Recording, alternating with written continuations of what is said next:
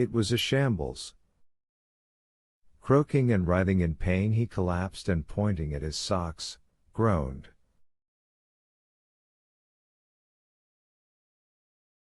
"Take them off, take them off." There was a sickening smell of methylated spirits as frozen extremities thawed out. From a single small wine glass of vodka, Lieutenant Myshlayevsky became intoxicated in a moment, his eyes clouding.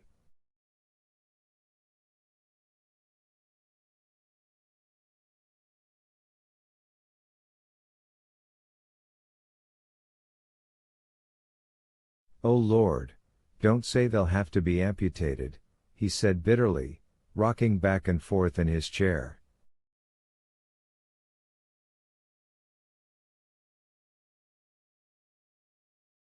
"Nonsense, of course not. You'll be all right."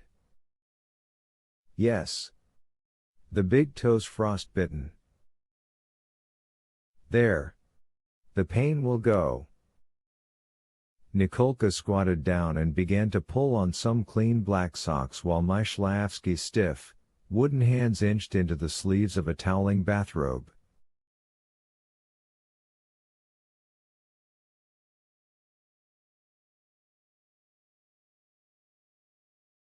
Crimson patches began to appear on his cheeks, and Lieutenant Myshlayevsky, grimacing in clean underwear and bathrobe, loosened up and came back to life.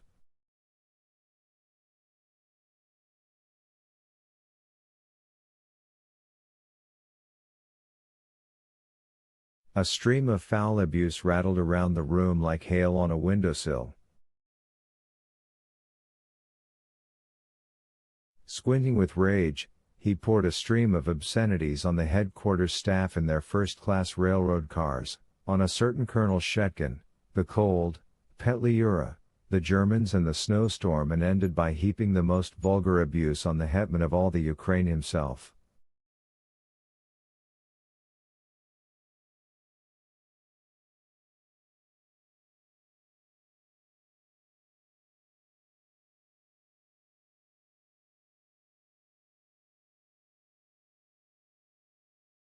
Alexei and Nikolka watched the lieutenant's teeth chatter as he thawed out, making occasional sympathetic noises.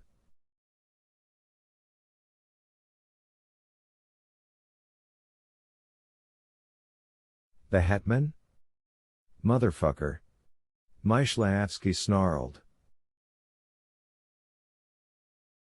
"Where were the horse guards, eh?" "Back in the palace. And we were sent out in what we stood up in. Days on end in the snow and frost. Christ! I thought we were all done for.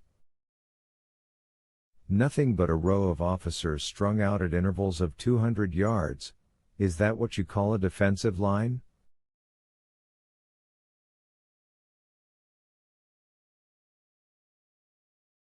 "It was only by the grace of God that we weren't slaughtered like chickens." "Just a minute," Turbin interrupted, his head reeling under the flow of abuse. "Who was with you at the tavern?"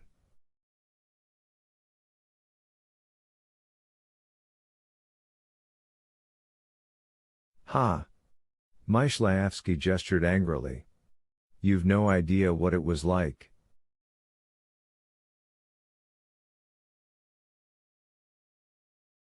"How many of us do you think there were at the tavern?" 40 men. Then that scoundrel Colonel Shetkin drove up and said, here Myshlayevsky twisted his expression in an attempt to imitate the features of the detested Colonel Shetkin, and he began talking in a thin, grating lisp.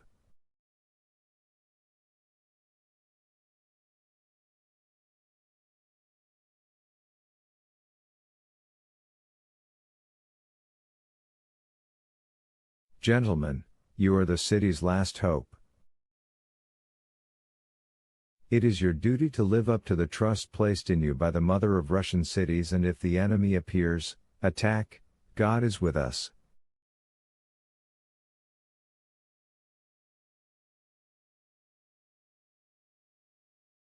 I shall send a detachment to relieve you after 6 hours.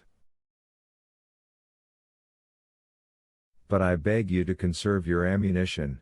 Myshlayevsky spoke in his ordinary voice again, and then he and his aide vanished in their car.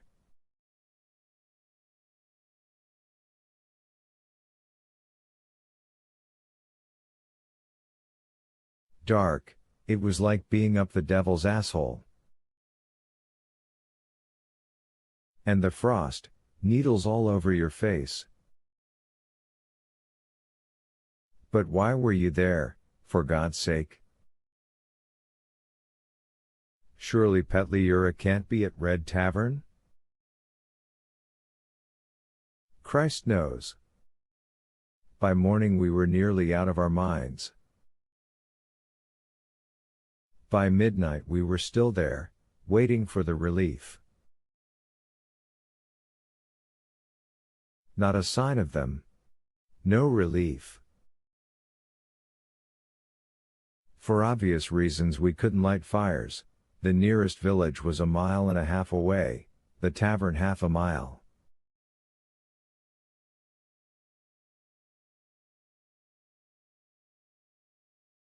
At night you start seeing things, the fields seem to be moving. You think it's the enemy crawling up on you. Well, I thought, what shall we do if they really do come? Would I throw down my rifle? I wondered, would I shoot or not? It was a temptation. We stood there, howling like wolves. When you shouted, someone along the line would answer. Finally I burrowed in the snow with my rifle butt and dug myself a hole, sat down and tried not to fall asleep.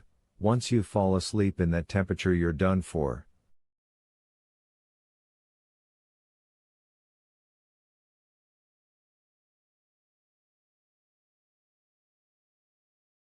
Towards morning I couldn't hold out any longer, I was beginning to doze off. Do you know what saved me? Machine gun fire. I heard it start up at dawn, about 1 mile or 2 away. And, believe it or not, I found I just didn't want to stand up. Then a field gun started booming away. I got up, feeling as if each leg weighed a ton, and I thought, this is it, Petliura's turned up.